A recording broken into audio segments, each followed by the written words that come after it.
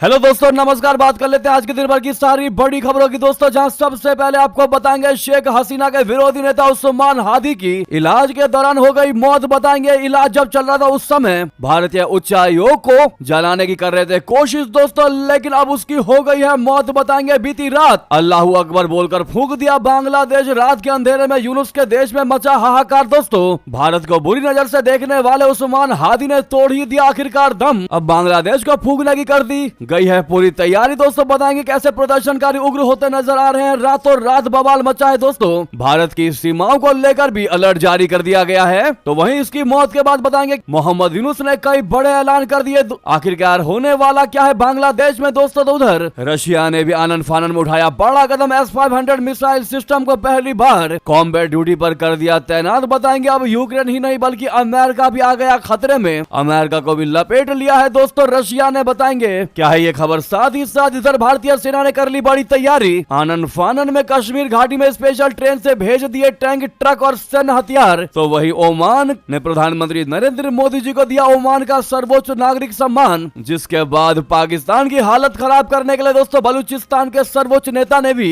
निर्वासित बलूचिस्तान सरकार ने भी प्रधानमंत्री नरेंद्र मोदी जी को बलूचिस्तान का सर्वोच्च सम्मान देने की कर दी बड़ी घोषणा। जिसके बाद शहबाज शरीफ के कांपे पैर। आसिम मुनीर भी आया हरकत में दोस्तों। इसी बीच सऊदी को अपना बेहतरीन दोस्त मानने वाले शहबाज शरीफ की हालत खराब कर दी। सऊदी ने 50,000 से भी ज्यादा पाकिस्तानी भिखारियों को धक्के मारकर निकाल दिया देश से बाहर। आज एक से एक बेहतरीन खबर आपको बताने वाले हैं दोस्तों, लेकिन खबरों में आगे बढ़ने से पहले अगर आप भी मानते हैं कि बांग्लादेश भारत विरोधी जाकर, भारत के विरोध में जाकर अपना ही बंटाधार कर लेगा, अपने ही देश को बर्बाद कर लेगा, और जब तक बांग्लादेश में जनता के द्वारा चुनी हुई सरकार नहीं आएगी तब तक बांग्लादेश ऐसे ही हिंसा की आग में जलता जाएगा, तो वीडियो को लाइक करके, चैनल को सब्सक्राइब करके, बेल आइकन दबा के कमेंट में जय हिंद अवश्य कहिएगा दोस्तों। अब बात करते हैं पहली और सबसे बड़ी खबर की, जहां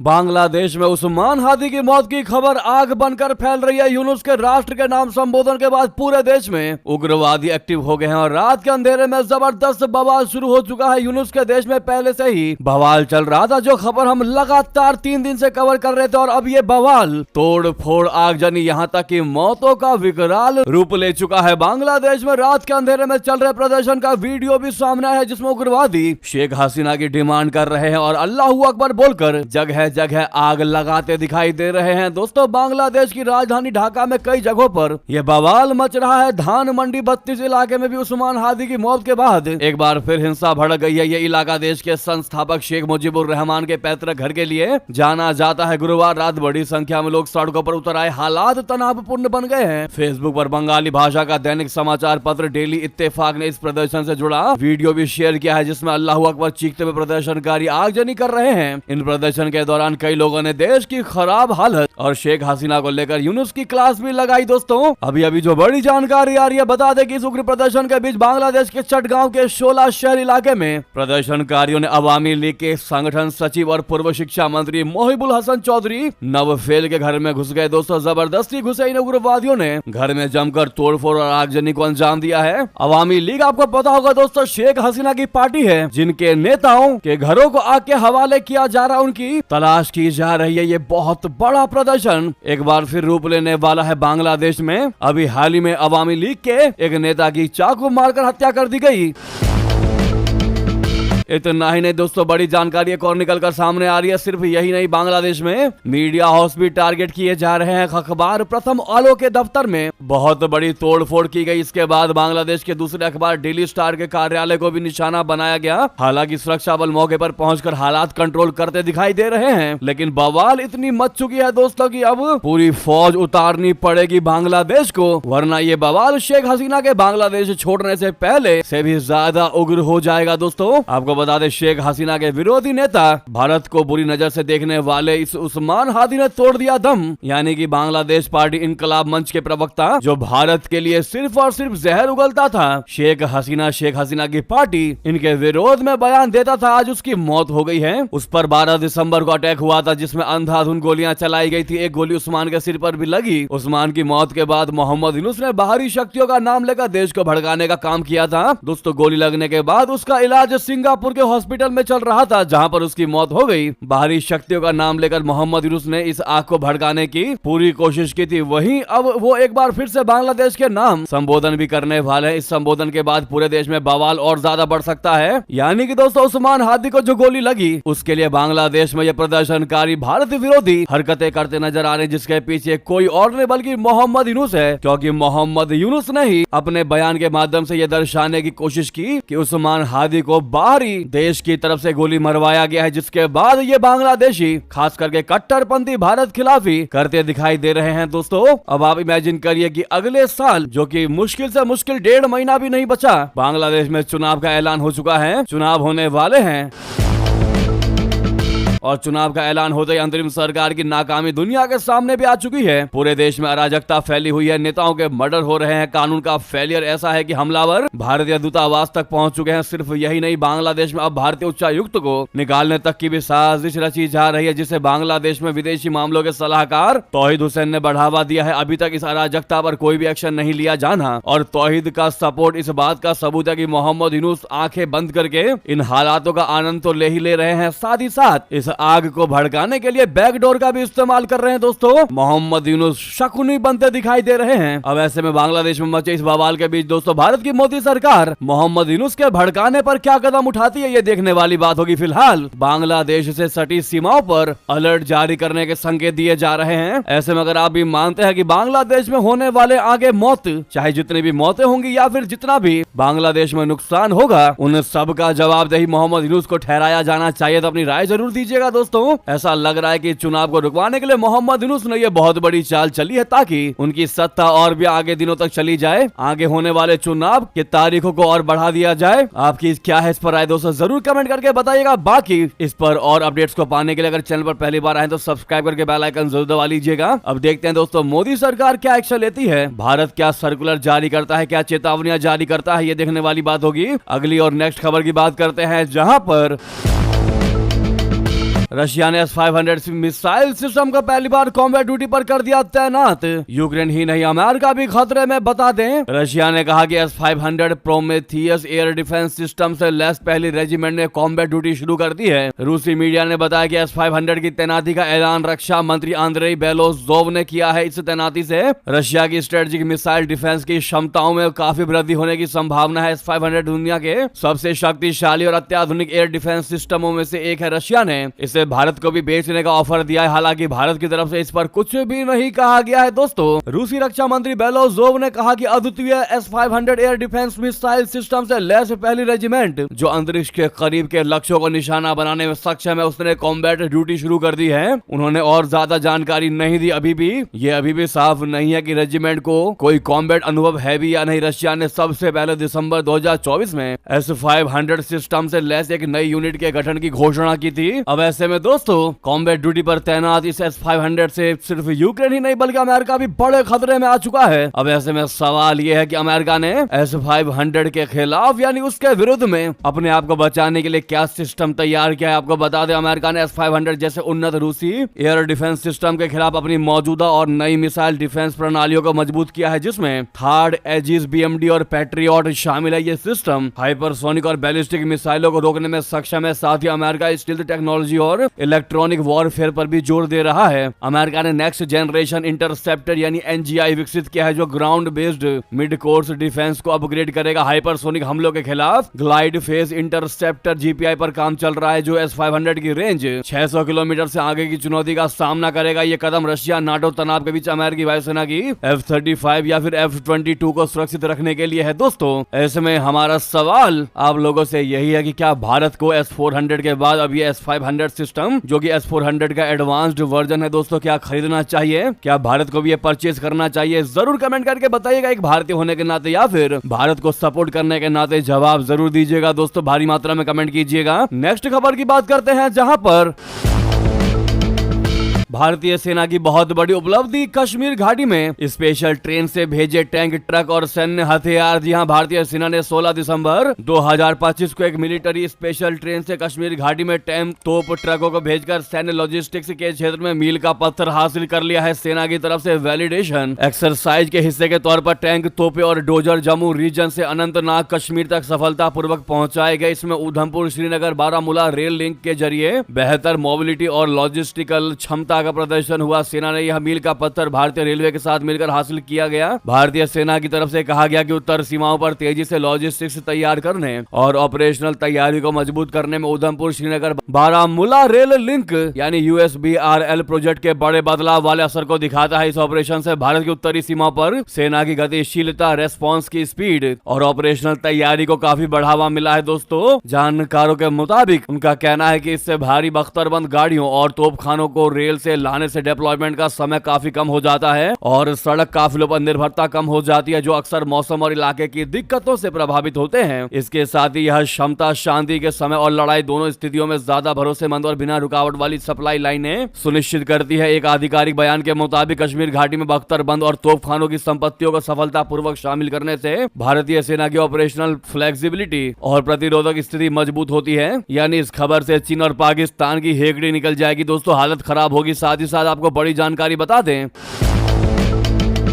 प्रधानमंत्री नरेंद्र मोदी जी को ओमान के सर्वोच्च नागरिक सम्मान ऑर्डर ऑफ ओमान से नवाजा गया है। इसके साथ ही उन्हें अब तक 29 देशों के सर्वोच्च विदेशी नागरिक सम्मान मिल चुके हैं। ये सम्मान न केवल प्रधानमंत्री मोदी जी की व्यक्तिगत कूटनीति को दर्शाता है, बल्कि वैश्विक मंच पर भारत की बढ़ती ताकत और प्रभाव का भी संकेत देता है। ओमान के सुल्तान हैथम बिन तारिक ने प्रधानमंत्री मोदी जी को यह सम्मान प्रदान किया। ये सम्मान उन्हें ओमान की 2 दिवसीय राजकीय यात्रा के दौरान दिया गया। ये यात्रा उनके 3 देशों के दौरे का अंतिम चरण थी। ऑर्डर ऑफ ओमान ओमान का सबसे बड़ा नागरिक सम्मान है, जिसकी शुरुआत वर्ष 1970 में सुल्तान कबूस बिन सईद ने की थी। यह सम्मान भारत और ओमान के बीच मजबूत और पुराने रिश्तों को सम्मान देने के लिए दिया जाता है। यह दोनों देशों के बीच द्विपक्षीय संबंध, जनसंपर्क और वैश्विक शांति में योगदान के लिए दिया जाता है। इस अवसर को दोस्तों इसलिए भी खास माना जाता है क्योंकि भारत और ओमान के कूटनीतिक संबंधों के 70 वर्ष पूरे हो चुके हैं। आपको बता दें, सम्मान मिलने के बाद प्रधानमंत्री मोदी जी ने ओमान के सुल्तान का आभार जताया। उन्होंने कहा कि यह सम्मान भारत और ओमान के लोगों के बीच आपसी विश्वास और स्नेह का प्रतीक है। प्रधानमंत्री मोदी जी ने कहा कि अरब सागर सदियों से दोनों देशों को जोड़ने वाला सेतु रहा है और यह सम्मान भारत की जनता और दोनों देशों के पूर्वजों को समर्पित है, जिन्होंने व्यापार और समुद्री संपर्क से रिश्तों की नींव रखी। आप लोग दोस्तों कांग्रेचुलेशन प्रधानमंत्री मोदी जी, जरूर कमेंट में कहिएगा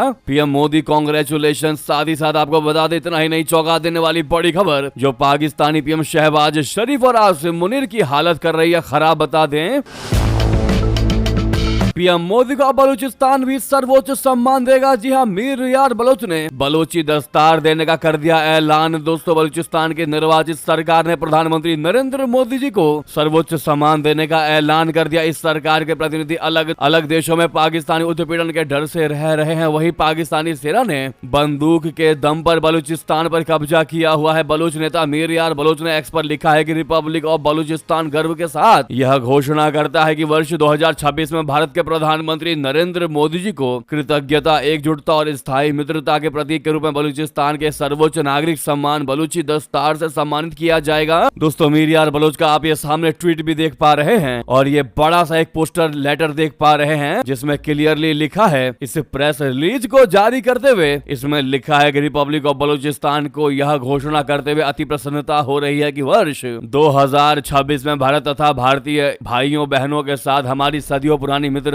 भाईचारे और पारस्परिक सम्मान के संबंधों को और अधिक मनाने व उजागर करने तथा जन से जन संपर्क को विस्तार देने के उद्देश्य से हम निकट भविष्य में अपने प्रतिनिधियों के माध्यम से भारत के प्रधानमंत्री श्री नरेंद्र मोदी जी को बलूचिस्तान का सर्वोच्च नागरिक पुरस्कार बलूची दस्तार प्रदान करने की योजना बना रहे हैं। उन्होंने आगे लिखा कि बलूची दस्तार केवल एक पुरस्कार नहीं है, बल्कि यह बलूचिस्तान का सर्वोच्च नागरिक सम्मान है, विश्वास, अटूट मित्रता और शाश्वत भाईचारे का एक पवित्र प्रतीक है। दोस्तों, इस खबर ने पाकिस्तान में वाकई में बवाल मचा दिया। सर्वोच्च सम्मान की इस घोषणा ने पाकिस्तान को झकझोर कर रख दिया है। दोस्तों, ये सम्मान बलूचिस्तान की स्वतंत्रता आंदोलन का प्रतीक है जो पाकिस्तानी दमन के खिलाफ भारत का समर्थन दर्शाता है। शहबाज शरीफ और आसिम मुनीर इसलिए बौखलाते दिखाई दे रहे हैं क्योंकि यह पाकिस्तान की क्षेत्रीय अखंडता को चुनौती देता है और बलूच विद्रोह को बढ़ावा मिलने का डर पैदा करता है। दोस्तों,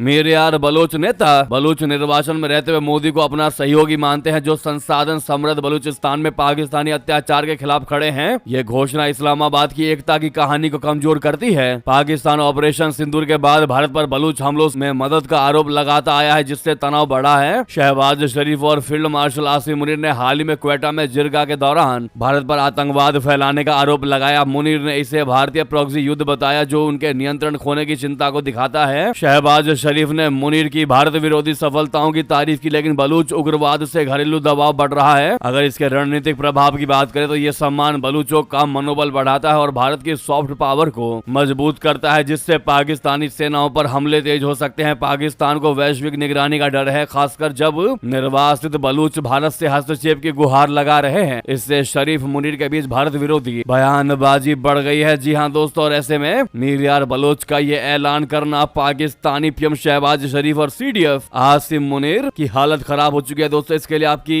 क्या राय होगी दोस्तों, जरूर कमेंट करके बताइएगा। क्या खुले तौर पर भारत को बलूचिस्तानियों की मदद करनी चाहिए? दोस्तों, आप लोग राय देना बिल्कुल मत भूलिएगा। अगली खबर की बात करते हैं, जहां पर शहबाज शरीफ की हुई इंटरनेशनल बेइज्जती। सऊदी अरब ने 50,000 से भी ज्यादा पाकिस्तानी भिखारियों को निकाला देश से बाहर। बता दें, पाकिस्तान, अमेरिका और चीन के बल पर चाहे कितनी भी डींगे हाँक ले, लेकिन वो आए दिन अंतर्राष्ट्रीय बेइज्जती का शिकार होता रहता है। आर्थिक बदहाली झेल रहे पाकिस्तान के लोग सऊदी अरब और संयुक्त अरब अमीरात जैसे मध्य पूर्व के अमीर इस्लामिक देशों में जाकर भीख मांग रहे हैं। इन देशों की चेतावनियों के बावजूद पाकिस्तान अपने भिखारियों पर लगाम लगाने में नाकाम रहा है। हाल ही में सऊदी अरब ने भीख मांगने के आरोप में करीब 56,000 पाकिस्तानियों को देश से निर्वासित किया। दोस्तों, सऊदी अरबिया ने यूएई ने पाकिस्तान को बार बार चेतावनी, बार बार वार्निंग दी है कि वो अपने भिखारियों पर लगाम कसे। दबाव के बीच पाकिस्तान ने हजारों पाकिस्तानियों को नो फ्लाइट लिस्ट में भी डाल दिया, यानी अब ये पाकिस्तानी भिखारी देश से बाहर नहीं जा सकेंगे। रिपोर्टों के मुताबिक संगठित भीख मांगने वाले गिरोहों को विदेश जाने से रोकने के लिए पाकिस्तान की खुफिया एजेंसी फेडरल इन्वेस्टिगेशन एजेंसी यानी FIA ने 2025 में 66,154 यात्रियों को उड़ान भरने से रोक दिया। पिछले महीने ही यूएई ने अधिकांश पाकिस्तानी नागरिकों को वीजा जारी करना रोक दिया था। बताया गया था कि पाकिस्तानी खाड़ी देशों में जाकर आपराधिक गतिविधियों में लिप्त होते हैं और भीख मांगते हैं, जिसे देखते हुए यूएई ने यह फैसला लिया। यानी कि दोस्तों, पाकिस्तान बार बार अपनी बेइज्जती करवाता है। इस बार पाकिस्तानी भिखमंगे लोगों को 40 मुल्कों से डिपोर्ट कर दिया गया। इसमें सऊदी ने चलाया असली वाला डंडा। साथ ही साथ अगली खबर की बात करें, जहां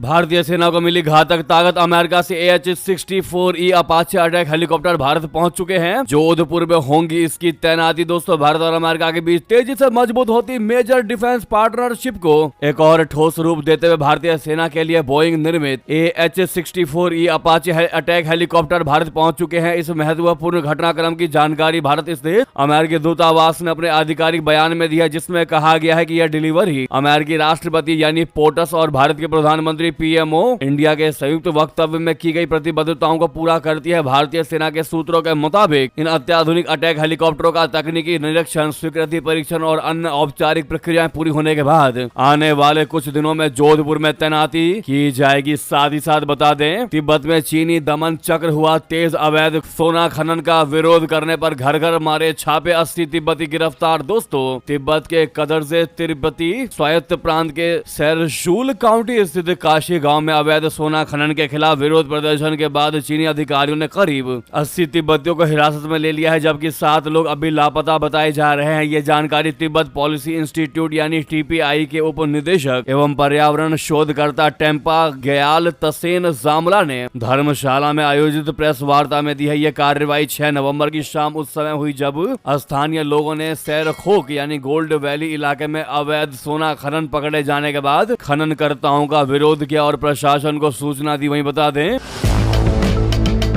65 कनाडाई सांसदों ने चीन के खिलाफ खोला मोर्चा। CCP की दमन नीति की बेनकाब। जी हां, कनाडा के 65 सांसदों ने चीन की कम्युनिस्ट पार्टी बोले तो CCP द्वारा फालून गोंग साधकों पर किए जा रहे दमन के खिलाफ एकजुट होकर कड़ा रुख अपनाया है। सांसदों ने मांग की है कि बीजिंग न केवल चीन में बल्कि विदेशों में भी फालून गोंग के खिलाफ चल रही सीमा पार दमन यानी कि ट्रांसनेशनल रिप्रेशन की नीति को तत्काल समाप्त करे। यह संयुक्त घोषणा ऐसे समय सामने आई है जब हाल ही में 12 और सांसदों ने 50 से अधिक सांसदों के साथ मिलकर इस बयान का समर्थन किया। इसके साथ ही सीसीपी की नीतियों के खिलाफ आवाज उठाने वाले कनाडाई सांसदों की संख्या बढ़कर 65 हो गई है। यह पहल फालून गोंग पर शुरू हुए दमन के 27वें वर्ष के दौरान तेज हुई है दोस्तों। तो वहीं आपको बता दें 58,000 क्यूसेक पानी फिर अचानक सूखा। चिनाब पर भारत की चुप्पी से पाकिस्तान और ज्यादा तिलमिला उठा। बता दें पाकिस्तानी विदेश मंत्रालय के प्रवक्ता ताहिर हुसैन अंद्राबी का दावा है कि 7 दिसंबर से चिनाब के जलस्तर में अचानक वृद्धि तेज दर्ज की गई है, जो भारत द्वारा एक तरफा पानी छोड़े जाने का संकेत है। जलस्तर में वृद्धि और जल प्रवाह में आए अचानक बदलाव को लेकर बौखलाए पड़ोसी मुल्क ने भारत को खत लिखा और अंतर्राष्ट्रीय समुदाय से मदद की गुहार लगाई। पाकिस्तान के विभिन्न मीडिया हाउस ने इसकी जानकारी दी है। वहीं आपको बता दें कर्ज लेकर आवाम को पानी पिलाएगा पाकिस्तान। यूरोपीय यूनियन से लिया 6,342 करोड़ भारतीय रुपए। जी हाँ, पाकिस्तान अपनी आवाम को साफ पानी पिलवाने के लिए यूरोपीय यूनियन के 60 मिलियन यूरो का कर्ज किया है। भारतीय मुद्रा में ये राशि 6,342 करोड़ रुपया होती है। पाकिस्तान में यूरोपीय संघ के प्रतिनिधि मंडल ने बताया कि आज यूरोपियन इन्वेस्टमेंट बैंक ने पाकिस्तान के साथ एक दशक में अपना पहला लोन एग्रीमेंट साइन किया है। ये कराची में साफ पीने का पानी पहुंचाने के लिए 60 मिलियन यूरो का लोन है। हालांकि इस बात पर शक जताया जा रहा है कि पाकिस्तान कर्ज के रूप में मिले इन पैसों का इस्तेमाल वास्तविक कार्यों के लिए करेगा। आपको बता दें कराची में पीने के पानी को लेकर भारी समस्या है और लोग दूषित जल को पी करके काफी ज्यादा बीमार होते हैं। अगली बेहतरीन खबर की बात कर लेते हैं, जहां पर लोकसभा के बाद राज्यसभा से भी पारित हुआ जी राम जी बिल। विपक्ष के वॉकआउट के बीच ध्वनि मत से हुआ पास। आधी रात प्रोटेस्ट पर बैठे विपक्षी सांसद। आपको बता दें विकसित भारत गारंटी फॉर रोजगार एंड आजीविका मिशन यानी ग्रामीण वीबीजी राम जी बिल 2025 राज्यसभा से भी पास हो गया। अब इस बिल को मंजूरी के लिए राष्ट्रपति जी के पास भेजा जाएगा। इससे पहले लोकसभा ने इस विधेयक को मंजूरी दी थी। यह बिल मनरेगा यानी महात्मा गांधी राष्ट्रीय ग्रामीण रोजगार गारंटी अधिनियम की जगह लेगा और ग्रामीण परिवारों को सालाना 125 दिन का मजदूरी रोजगार गारंटी देगा, जो कि पहले 100 दिन का था। वहीं बिल के दोनों सदनों से पास होने के बाद विपक्षी सांसद वीबीजी राम जी विधेयक के खिलाफ आधी रात को इस संसद परिसर में विरोध प्रदर्शन पर बैठ गए। राज्यसभा में विधेयक पारित होने से पहले विपक्षी सदस्यों ने जोरदार विरोध जताया और बिल को सेलेक्ट कमेटी को भेजने की मांग की। इसके बाद बिल का विरोध करते हुए विपक्षी सदस्यों ने सदन से वॉकआउट कर दिया, यानी बाहर निकल गए। गुरुवार को राज्यसभा में इस बिल पर आधी रात तक चर्चा हुई। इसके बाद शुक्रवार को वीबीजी राम जी बिल राज्यसभा में ध्वनि मत से पारित हो गया। इससे पहले बुधवार को लोकसभा में बिल पर 14 घंटे चर्चा हुई थी, जहां केंद्रीय कृषि मंत्री शिवराज सिंह चौहान जी ने विपक्षी सदस्यों के सवालों का जवाब दिया। दोस्तों उन्होंने कहा कि यह बिल गरीबों के कल्याण में महत्वपूर्ण भूमिका निभाएगा। उन्होंने कांग्रेस पर महात्मा गांधी के आदर्शों का अपमान करने का भी आरोप लगाया। तो वहीं सड़कों पर उतरने की चेतावनी दी है विपक्षियों ने। सदन में चर्चा के दौरान कांग्रेस अध्यक्ष मल्लिकार्जुन खड़गे ने बीजेपी सरकार पर कई व्यंग्य किए और कहा कि वक्त आएगा जब ये कानून वापस लिया जाएगा। जी हाँ, उन्होंने आगे कहा कि एक व्यक्ति एक मंत्री जो गरीबों के प्रति करुणा दिखाता था अब मनरेगा खत्म कर रहा है। आपके पास कोई मजबूरी है जो आप दूसरों को नहीं बता रहे। आने वाले दिनों में समय आएगा जब आप ये कानून 3 कृषि कानूनों की तरह वापस लेंगे। क्या आप चाहते हैं कि लोग सड़कें ब्लॉक करे, प्रदर्शन करे, गोली लगे और मौत हो? तभी आप कानून वापस लेंगे। लोग सड़कों पर आएंगे, गोलियां झेलेंगे, लेकिन इस कानून का समर्थन कभी नहीं करेंगे। उन्होंने कहा कि हम लड़ते रहेंगे। गरीब लोगों को जो सपना दिखा रहे हैं वो कभी पूरा नहीं होगा।